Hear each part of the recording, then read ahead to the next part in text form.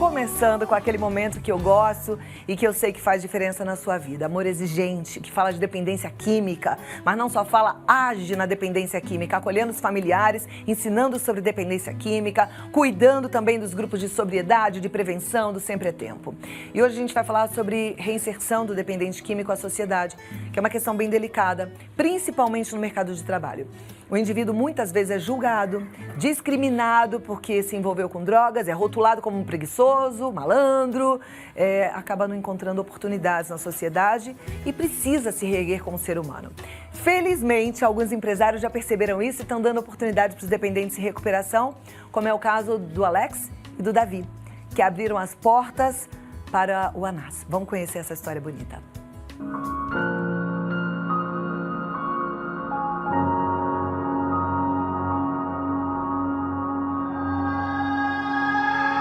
Boa tarde, Cláudia. Boa tarde a todos. Hoje nós vamos falar sobre a reinserção social, um dos momentos mais difíceis da recuperação. É a hora em que o adicto volta a ter contato com a sociedade e enfrenta muitos preconceitos, principalmente na hora de arrumar um emprego, porque as portas não se abrem tão facilmente. Existe muita estigmatização do doente, né? Porque isso é uma doença. Existe muita discriminação. Mas, por um lado, eu sei o quanto um dependente químico em recuperação pode ser produtivo, pode ser útil à sociedade, pode ser reinserido de uma forma proveitosa para a sociedade. E foi sabendo dessa dificuldade que Alex e seu sócio David resolveram dar uma oportunidade de trabalho para Anas. Ele que é estrangeiro e que está passando pelo processo de recuperação e reinserção social. A gente via a necessidade dele de voltar à sociedade, de não ter tanto preconceito igual ele tem por ele não ser do Brasil. A gente acreditou.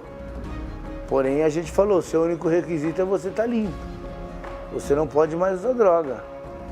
Ele falou, eu vou ficar limpo. E está limpo. Então, assim, a gente começou a dar algumas tarefas para ele executar, ele está executando.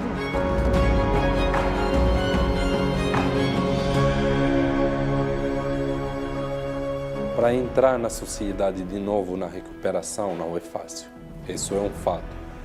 Mas quando você tem um apoio, esse apoio que o adicto em recuperação precisa. Familiar, profissional, para volta à maneira de viver mais estável. Eu comecei a me achar de novo, a conhecer minha identidade, a fazer uma onda maior, social.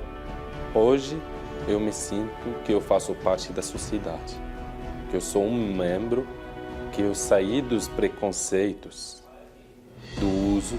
Alex ressalta a importância de dar oportunidade para quem está iniciando o processo de reinserção social. Um dependente químico em recuperação rende mais do que uma pessoa normal, porque ele gastou muito da vida dele no uso, agora ele quer recuperar na área profissional também. Então, vale a pena e merece a confiança.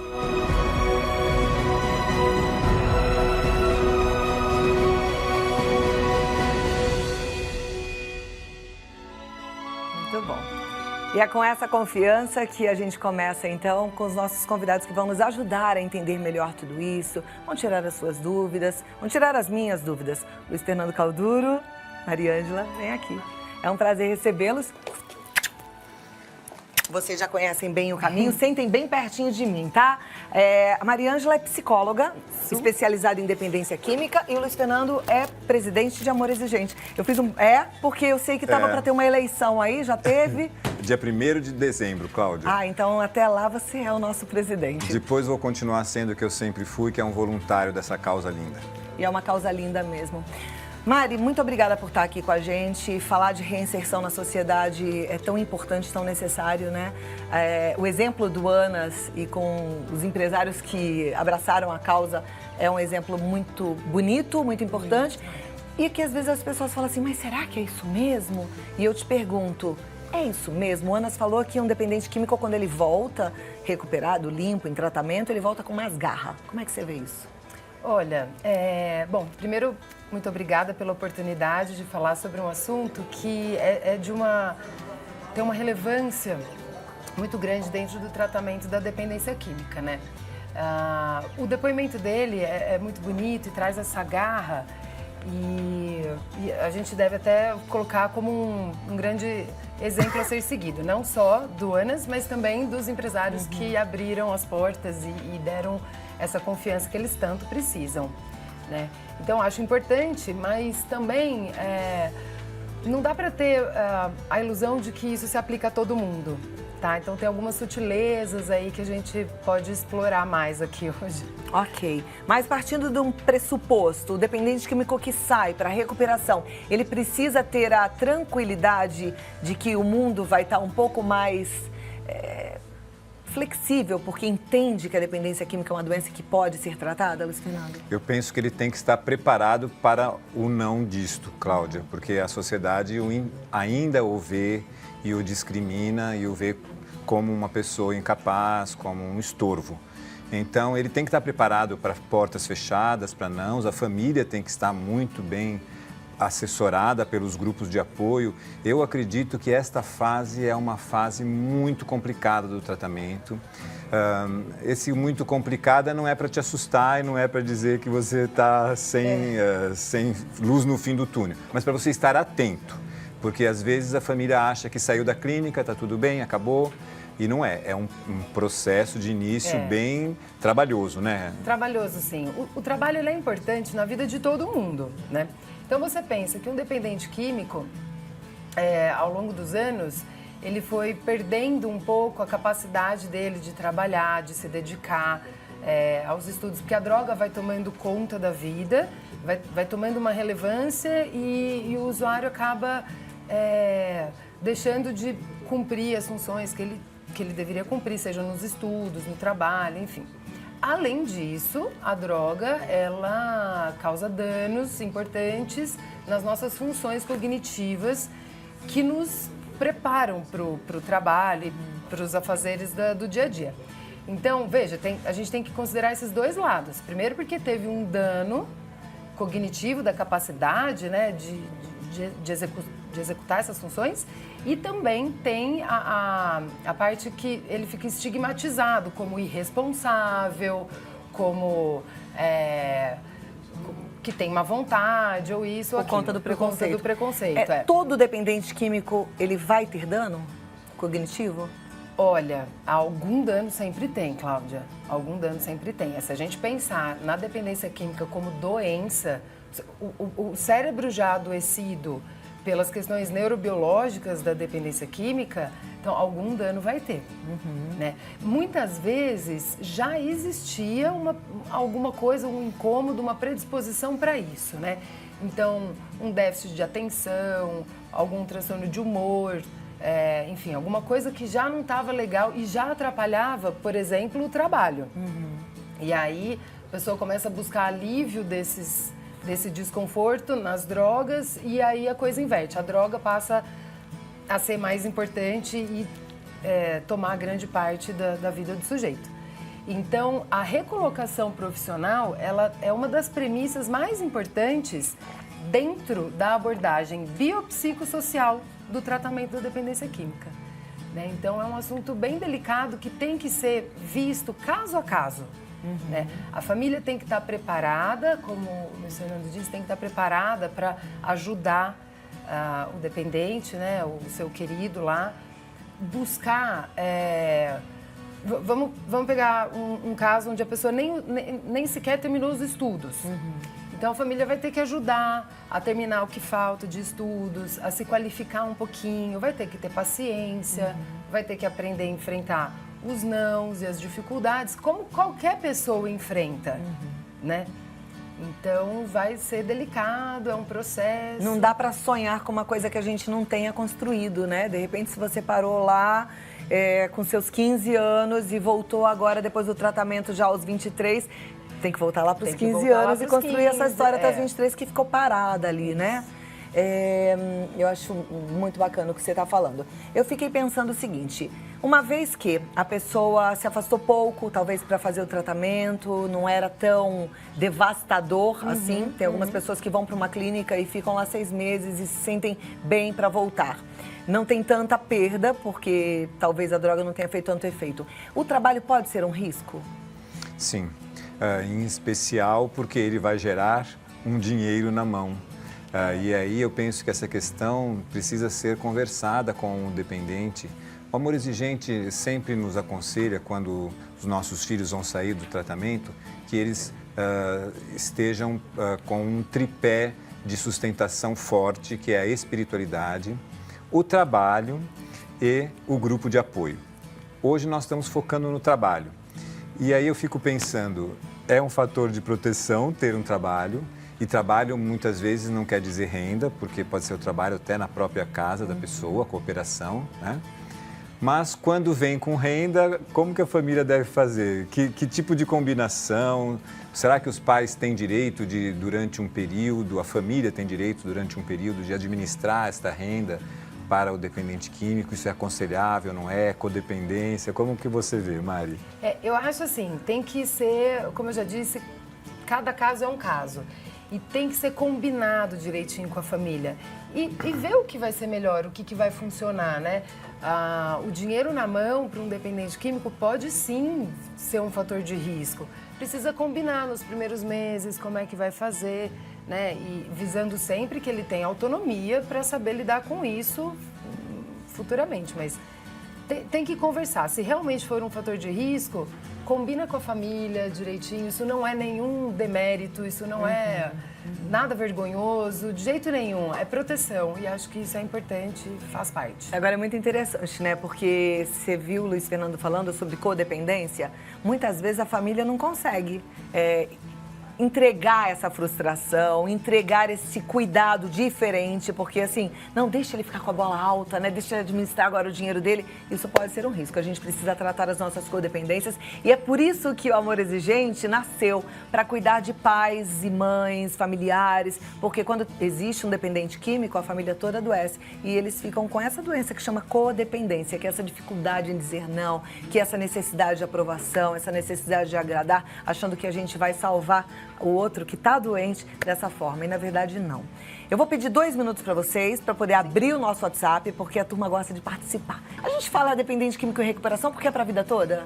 Sim, para a vida toda, né? A manutenção é super importante para garantir a abstinência, né? A gente sabe que as recidivas, né, as recaídas, elas acontecem, elas fazem parte da doença, né? Mas a manutenção é super importante para o resto da vida. Tá vendo? Aqui eu já tenho uma primeira pergunta. Boa tarde, queridos. Sou a Ana, moro na Vila Romana. Como contratar uma pessoa que pode voltar a usar drogas? Não é assim mesmo que vocês ensinam? Eu não entendi a pergunta dela, Cláudia. Ela está falando de recidiva. Como contratar uma pessoa que pode voltar a usar drogas? Você como profissional, né? Mas pode voltar, mas pode não voltar também. Eu acho que confiança é uma coisa importante, não é? Exato. E vocês, se prestaram atenção na Sonora, o rapaz que foi contratado ali, ele diz que ele pode ser um profissional muito melhor do que ele era antes. E Dona Mara nos diz isso, né? O dependente químico, quando entra em recuperação, ele de fato se torna uma pessoa melhor. Eu penso que é um trabalho de responsabilidade social, devemos sim confiar. Concordo com você. E olha, eu acho que tanta coisa pode acontecer com tanto profissional, né? Às vezes você tem um profissional que você fala assim, ai, confio, há tantos anos comigo, de repente cai um raio e ele morre. Não tem, a gente não tem muita certeza de nada. Então, examina o seu coração. Acho que em qualquer atitude que a gente vá tomar na nossa vida, a gente tem que pedir mesmo a orientação de Deus, mas já está orientado da gente amar uns aos outros. Eu acho que isso também é um ato de amor, né? Com certeza. E quem contrata também pode até dar um incentivo, né? E ajudar nesse monitoramento da manutenção, né? Como é que tá as consultas, enfim, dá uma força nesse sentido, sempre bem-vindo. Perfeito. Próxima pergunta. Meus filhos são dependentes químicos, mas não querem ajuda. Acha que conseguem sozinhos se livrarem desse vício. É a Rita Batista, ela é de Bebedouro. O que vocês acham? Eu penso que você, Rita, deve ir a um dos nossos grupos de Bebedouro, que lá nós temos uma coordenadoria regional, e você vai poder tratar você vai poder começar a tomar atitudes que possam gerar crises, que causem perdas para os seus filhos, para que através dessas perdas eles possam começar a vir a buscar um tratamento. Então, eu penso que a família é, de fato, um fator, pode, quando estiver apoiada por um grupo, ser um fator bom de proteção em relação a isso. Perfeito. Próxima pergunta para Maria Ângela. Depois que o meu filho saiu da clínica, ele chegou muito ansioso, achando que já ia conseguir um emprego, mas não aconteceu. Agora, eu fico com medo porque ele está entrando em depressão. O que eu devo fazer? Roseli de Castro. Ela não fala de onde. Tem que ser conversado bastante, a família tem que dar suporte nesse sentido, porque a recolocação ela não vai acontecer, sabe, de uma hora para outra, milagrosamente. Você vai ter que caminhar aí um pouquinho, então precisa ter paciência. Agora, até a gente estava conversando aqui no intervalo, ele pode buscar, de repente, um trabalho voluntário. Para que ele possa utilizar o tempo dele de uma forma produtiva, sem ficar muito ocioso. E nesse trabalho voluntário, você começa a ampliar a tua rede de contatos. E assim você fica sabendo quem está precisando, de alguém que saiba fazer isso ou aquilo. Eu vejo como uma grande oportunidade o trabalho voluntário, né? Para não ficar parado, sabe? Na verdade, o trabalho voluntário é muito maior do que a gente imagina, né? Através do trabalho voluntário, muita gente é tocada, é transformada, e seja ele qual for. Eu contei aqui a minha experiência da voluntária que entrou no quarto de UTI e me leu um conto, e esse conto fez toda a diferença na minha recuperação, fez toda a diferença no que Deus queria com aquela minha história. Talvez você possa trabalhar com crianças, gosta de jogar bola, pode fazer um trabalho voluntário nesse sentido. Não, eu gosto de cuidar de idosos, tem tanta gente precisando. Eu gosto de ensinar alguma coisa de tecnologia. É examinar, e eu acho que o trabalho voluntário ele é grandioso. Deus está no voluntariado. Apresenta a possibilidade da pessoa também se reexaminar e verificar se o trabalho antigo dela lhe traz prazer, lhe traz coisas boas ou não lhe traz um fator de risco. Fico pensando se antes da internação alguém trabalhasse, por exemplo, em uma casa noturna, como barman, ele não vai poder voltar para o mesmo trabalho, para o mesmo tipo de trabalho. E às vezes até um trabalho que aparentemente está tudo ok, mas que ali está contaminado, que seus colegas também fazem uso de alguma substância e que era ali o seu grupinho, né? Que teoricamente estava tudo bonitinho, mas você sabe, talvez conversando com seu filho, talvez aquele não fosse o melhor lugar. Gente, Deus faz tudo certinho. O importante é a gente ter calma e ir devagar, que as coisas vão se acertando. Mas não ficar de braço cruzado. Grupo para aprender sobre dependência química, e quem está voltando de um tratamento, grupo também para lidar com a sobriedade um dia de cada vez, né? Vivenciando que hoje... Que dia é hoje, Cláudia? O primeiro dia da nossa nova vida, né? Isso é importante para quem está saindo de recuperação. Olha, eu tenho aqui a Flávia, uma codependente em recuperação. Ela diz, mãe de um adicto que vai sair da clínica agora sábado, dia 17. Isso está me causando um pouco de ansiedade, apesar de que não voltará para a cidade que sempre morou, e sim, vai para outra cidade morar com uma sobrinha, mas vai estudar, iniciar um trabalhinho no prédio onde vai morar. Como acha que devo proceder nesse momento? Olha, eu penso que o combinado não sai caro. Tudo que puder ser combinado com os familiares, com quem vai fazer parte desse processo de recuperação, e fica bem estabelecido, e as pessoas se empoderam mais diante disso, né? Tanto a família quanto o paciente. Baixar a ansiedade, respira fundo, tem que confiar, tem que incentivar, é um caminho, é uma jornada diferente do que era antes, né? Traz insegurança mesmo, é natural, faz parte do processo, mas tem que acreditar e seguir a vida. Seguir. Juliana de São Paulo, existe uma possibilidade da pessoa, depois de parar de usar a droga, trocar por outro vício? Por exemplo, comida? Existe. A gente vê que a compulsão, ela migra, não é, Maria Ângela? Uma das características da dependência química tem base na compulsão mesmo, né? Então pode acontecer sim, por comida, compra, enfim, por isso que um bom tratamento, um tratamento efetivo é aquele que vai contemplar todas essas vertentes, todas essas facetas. Do uso. Perfeito. Agora, uma próxima pergunta é anônima. Gostaria de ouvir da psicóloga o que ela acha da internação involuntária. Bom, sobre a internação involuntária, até a gente já falou disso aqui, eu acho que algum tratamento é melhor do que nenhum tratamento. E os órgãos internacionais de saúde, existe um consenso de que um tratamento ele não precisa necessariamente ser voluntário para ser efetivo. Tá? A partir do momento que a pessoa coloca a própria vida em risco e a vida de outras pessoas em risco, a família pode intervir legalmente e promover a internação involuntária, sim. Então, eu acho que é um começo e muitas vezes precisa ser dessa forma. Perfeito. Então, eu vejo com bons olhos. A Vânia, de Minas Gerais, ela fala assim, por que é tão difícil ajudá-los? Que veneno existe nessa droga que é praticamente impossível reverter a situação? Obrigada, Vânia. Sim, eu sou tão esperançoso, Cláudia. Há esperança, sim, de reverter, desde que você esteja bem orientada, desde que o dependente químico esteja fazendo um tratamento adequado. E, em especial, neste momento de reinserção social, eu gostaria de dar o depoimento de como foi para mim quando eu recebi meu filho de volta em casa, saído de um tratamento de uma comunidade terapêutica. Eu fui orientado no grupo de Amor Exigente que eu estabelecesse com ele um pequeno contrato, enquanto ele estivesse ainda dentro da comunidade terapêutica. Esse contrato visava basicamente que ele respeitasse as regras da casa e que ele buscasse trabalho e que ele continuasse frequentando um grupo de apoio fora do tratamento.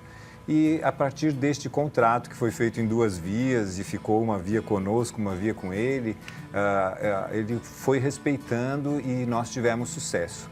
E isso deve ser resgatado nos grupos de Amor Exigente.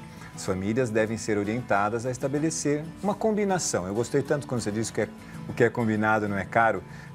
Pode ser formal, como foi no meu caso, que houve um contratinho onde ambas as partes assinaram, mas pode ser uma combinação, uma conversa, alguma coisa interessante. Muito bem. Tem uma pergunta aqui para você, Flávio Silva, de São Paulo. Como administrar o dinheiro de um dependente recém-saído de uma clínica de recuperação?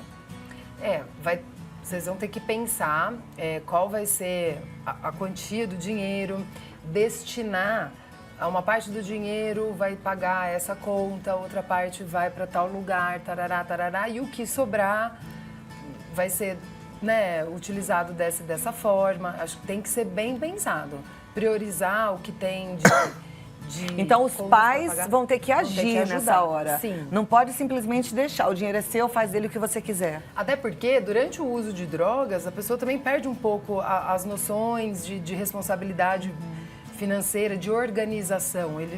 Muitas vezes, eles não têm essa base. Então, os pais vão ter que ensinar. Então, vai ter que voltar. É uma educação financeira que vai ter que acontecer novamente, né? Sim. Aí tem mais uma pergunta aqui que eu fiquei com o coração apertadinho. E é o seguinte... É o Jorge, lá do Ceará. Não vou falar nem seu nome todo, mas ele diz: meu filho foi suspenso na escola porque estava dando droga para 2 amigos. Como faço com essa situação? A resposta é simples.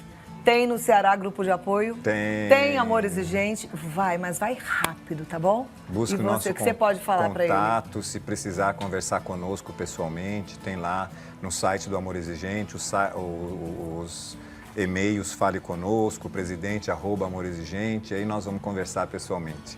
Mas fique tranquilo, é bom quando a família pega no início este problema, esse processo, porque aí pode fazer uma reversão boa.